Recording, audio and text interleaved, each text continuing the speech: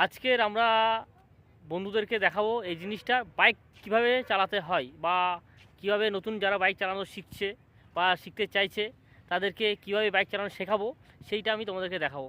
এই হচ্ছে আমার এমটি, এই বাইক দেখতে পাচ্ছ। এবার তোমাদেরকে দেখাবো বাইকটা কিভাবে চালাতে হয় আর কিভাবে ক্লাপসের কাজ কী, গিয়ারের কাজ কী আর এক্সেলেটারের কাজ কী আমি সব দেখাবো। এবার তোমরা দেখো ভিডিওটা পুরো মন দিয়ে, ঠিক আছে?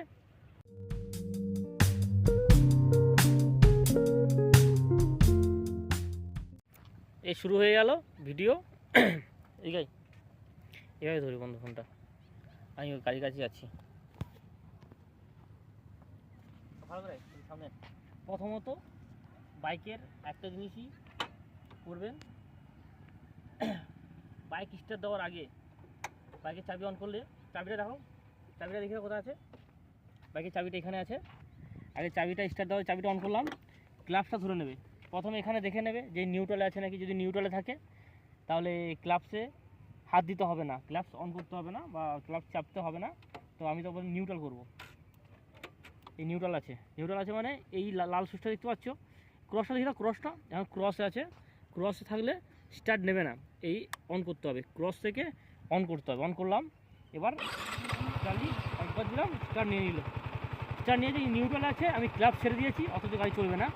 ঠিক আছে, তো ক্লাবটা টিপলাম, ক্লাবটা দেখে বন্ধু, এই যে ক্লাবস, এই ক্লাবস এটা কিন্তু ছাড়বে না। এখন নিউট্রালাইজে যাচ্ছে না গাড়ি, কিন্তু ক্লাবসে এখন ছাড়বে না। এখন এবার আমরা ফার্স্ট গিয়ার দেবো, গিয়ারটা দিক দিয়ে আসো, এই যে গিয়ার, এটা যে গিয়ার, এই যে ফার্স্ট গিয়ার, এই যে এটা যে গিয়ার, এই যে এইটা গিয়ার, এই গিয়ারটা দিলাম, এই অন হলো, তখন ফার্স্ট গিয়ার হলো। বন্ধু সামনে দিকে আসো, গিয়ার এই ফার্স্ট গিয়ার উঠলো, গিয়ারটা দেখো, এই ফার্স্ট গিয়ার। এবার সামনে যাও বন্ধু, এবার ক্লাবসটা আস্তে আস্তে, এই যে ক্লাবসটা ধরাও, এই ক্লাবসটা এবার আস্তে আস্তে ছাড়বে, এটা আস্তে আস্তে ছাড়বে, এটা এরকম আস্তে আস্তে ছাড়বে, এরকম আস্তে আস্তে ছাড়বে, গাড়ি এগোবে, আস্তে ছাড়বে গাড়ি এগোবে। আর যদি ছাড়লে আস্তে আস্তে ছাড়লে গাড়ি এগোবে। আর এক্সেলেটারটা এটা পিক আপ ঘোরাতে হবে, দেখো পিক আপটা এইটা এইটা এক্সেলেটার ছাড়তে হবে আর এটা ঘোরাতে হবে, ঘোরাতে হবে, আস্তে আস্তে করে বাইক চলবে, আস্তে আস্তে চলবে।